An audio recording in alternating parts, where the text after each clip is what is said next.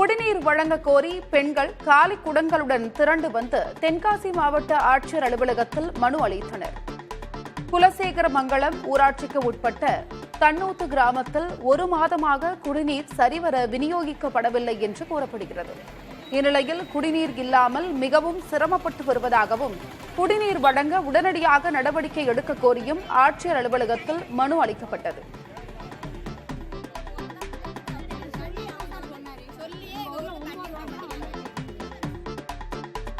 திருவள்ளூர் மாவட்டம் கரடிப்புத்தூர் பகுதியில் குவாரி அமைக்க எதிர்ப்பு தெரிவித்து மக்கள் வீடுகளில் கருப்பு கொடி கட்டி போராடினர். கடந்த சில நாட்களாக மக்கள் பல்வேறு கட்ட போராட்டம் நடத்தினர். இந்நிலையில் கருப்பு கொடி கட்டி எதிர்ப்பு தெரிவித்துள்ளனர். குவாரி அமைக்கக்கூடாது எனவும் குடிமனை வழங்க வேண்டும் எனவும் குடியிருப்பு வாசிகள் தொடர்ந்து வலியுறுத்தி வருகின்றனர். எங்களுடைய கிராமத்தில் உள்ள பெண்கள் எல்லாம் அரெஸ்ட் பண்ணி எடுத்துகிட்டு போனாங்க. ஆனால் இப்போ பார்த்தீங்கன்னா அதுக்காக இன்று திங்கட்கிழமை நாங்கள் எல்லாம் எங்கள் கிராமத்தில் உள்ள எல்லா வீட்டிலையும் கருப்பு கொடி ஏந்தி எதிர்ப்பு தெரிவித்தோம்.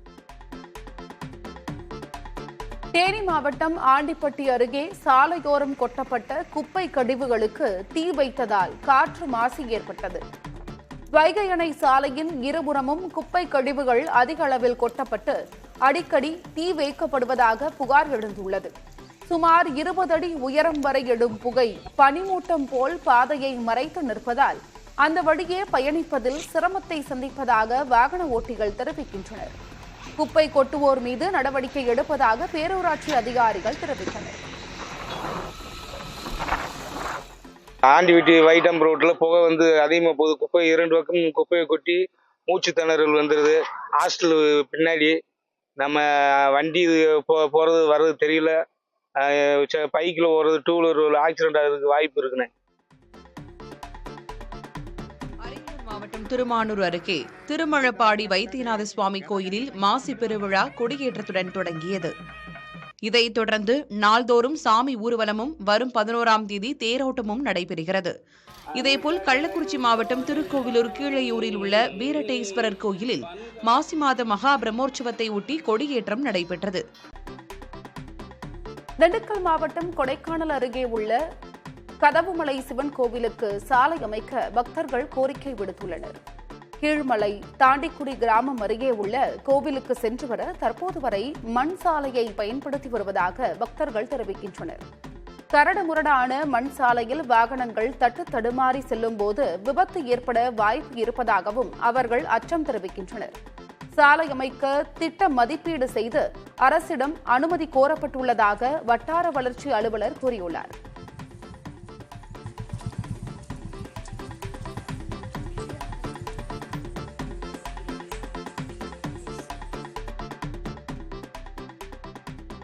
கன்னியாகுமரியில் வரி வசூலிக்க சென்ற நகராட்சி ஊழியர் மீது தாக்குதல் நடத்திய நபரை கைது செய்ய கோரி சக ஊழியர்கள் உள்ளிருப்பு போராட்டத்தில் ஈடுபட்டனர். குடித்துறை நகராட்சிக்கு உட்பட்ட படப்பறை பகுதியில் வரி வசூலிக்க சென்ற நகராட்சி ஊழியர் லட்சுமணன் மீது அந்த பகுதியைச் சேர்ந்த நபர் தாக்குதல் நடத்தியதாக கூறப்படுகிறது. இது தொடர்பாக களியக்காவிளை காவல் நிலையத்தில் புகார் அளித்தும் வழக்கு பதிவு செய்யவில்லை என்று கூறப்படுகிறது. இதனால் தூய்மை பணியாளர்கள் உட்பட நகராட்சி ஊழியர்கள் பணியை புறக்கணித்து நகராட்சி அலுவலகத்தில் உள்ளிருப்பு போராட்டத்தில் ஈடுபட்டனர்.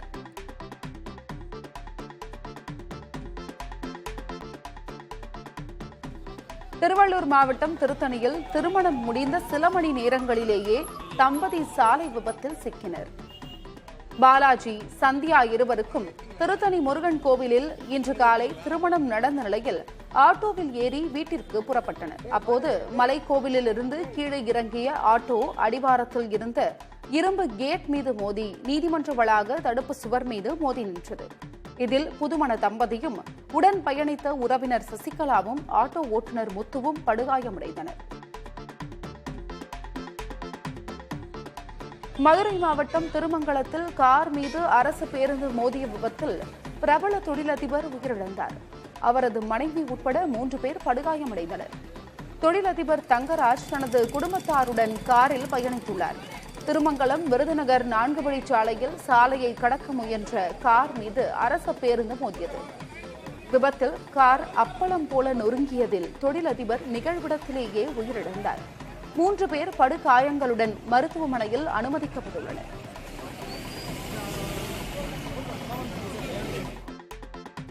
தமிழகத்தில் முதல் முறையாக பார்வை மாற்றுத்திறனாளி மாணவர் கணினி மூலம் தேர்வு எழுதினார்.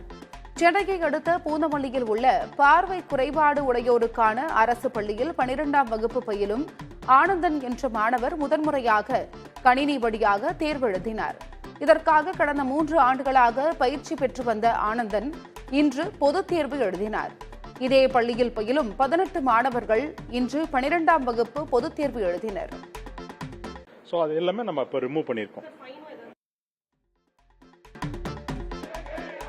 ராமநாதபுரம் மாவட்டம் தங்கச்சி மடத்தில் 4வது நாளாக போராடி வரும் மீனவர்கள் திருவோடு ஏந்தி பிச்சை எடுத்து எதிர்ப்பு தெரிவித்தனர்.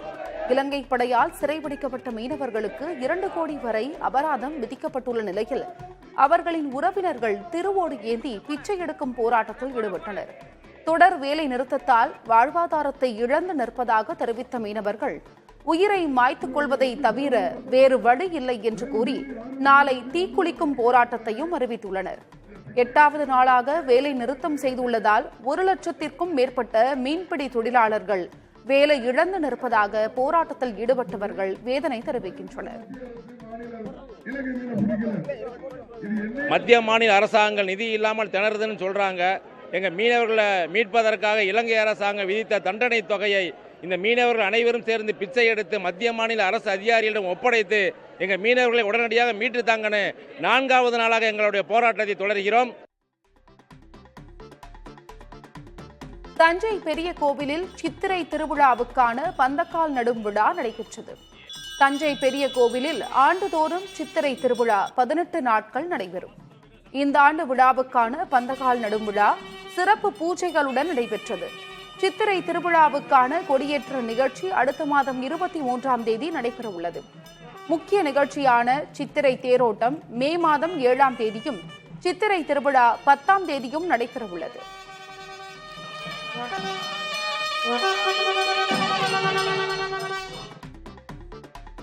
தூத்துக்குடி மாவட்டம் திருச்செந்தூர் சுப்பிரமணிய சுவாமி கோவிலில் மாசி திருவிழா கொடியேற்றத்துடன் கோலாகலமாக தொடங்கியது.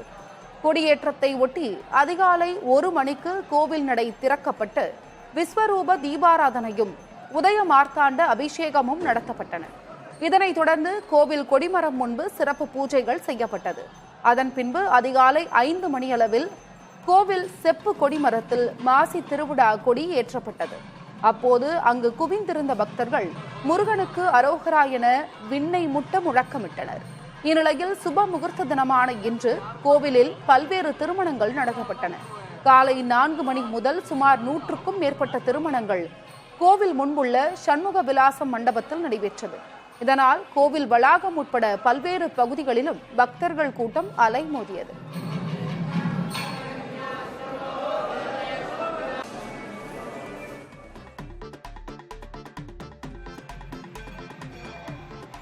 விருத்தாச்சலம் விருத்தகிரீஸ்வரர் ஆலயத்தில் மாசி மக திருவிழா கொடியேற்றத்துடன் தொடங்கியது. மேளதாளங்கள் முழங்க நடைபெற்ற கொடியேற்ற நிகழ்வில் ஏராளமான பக்தர்கள் பங்கேற்றனர். விழாவின் முக்கிய நிகழ்வான தேரோட்டம் வருகிற 11ஆம் தேதி நடைபெறவுள்ளது.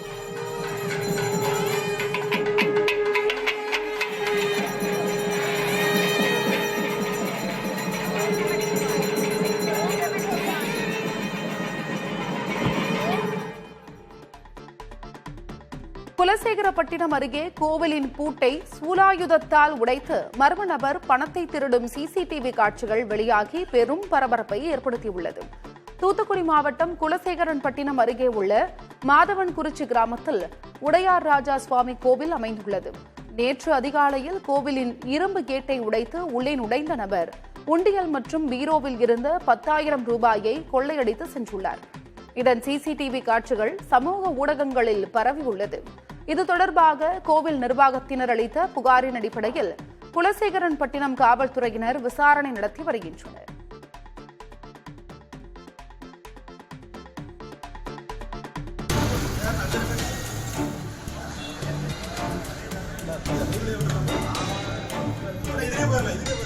இதே திருப்பூர் மாநகராட்சி கூட்டத்தில் விபத்தில் காயம்பட்டது போல் கட்டுப்போட்டு வந்த உறுப்பினரால் பரபரப்பு ஏற்பட்டது.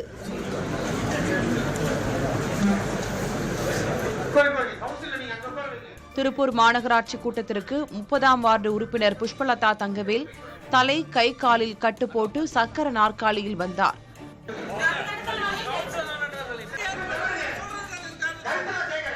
திருப்பூரில் சாலை வசதி சரியில்லாததால் விபத்துகள் ஏற்படுவதை விளக்கவே இவ்வாறு வந்ததாக தெரிவித்தார்.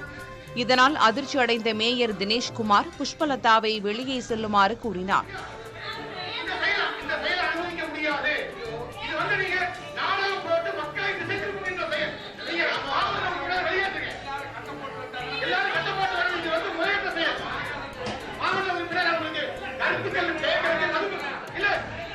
இதையடுத்து புஷ்பலதா மேயருடன் வாக்குவாதத்தில் ஈடுபட்டார்.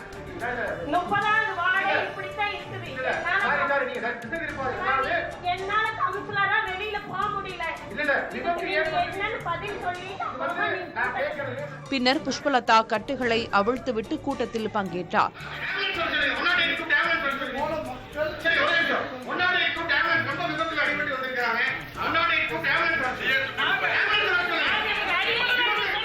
இதனிடையே உறுப்பினருக்கு சிகிச்சை அளிப்பதற்காக 108 ஆம்புலன்ஸ் வாகனம் வரவழைக்கப்பட்டது. மாமன்ற உறுப்பினர் சாலை பிரச்சினைக்காக கட்டுப்போட்டு வந்த விவகாரம் தெரிய வந்ததை அடுத்து ஆம்புலன்ஸ் திரும்பிச் சென்றது.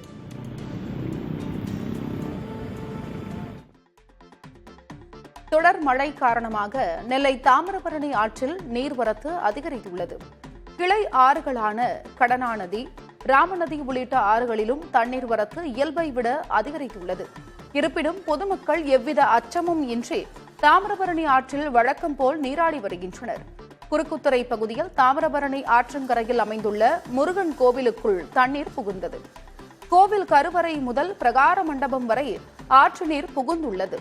சுமார் 1.5 அடி உயரத்திற்கு நீர் தேங்கியுள்ளதால் மோட்டார் மூலம் வெளியேற்றுவதற்கான நடவடிக்கை எடுக்கப்பட்டு வருகிறது.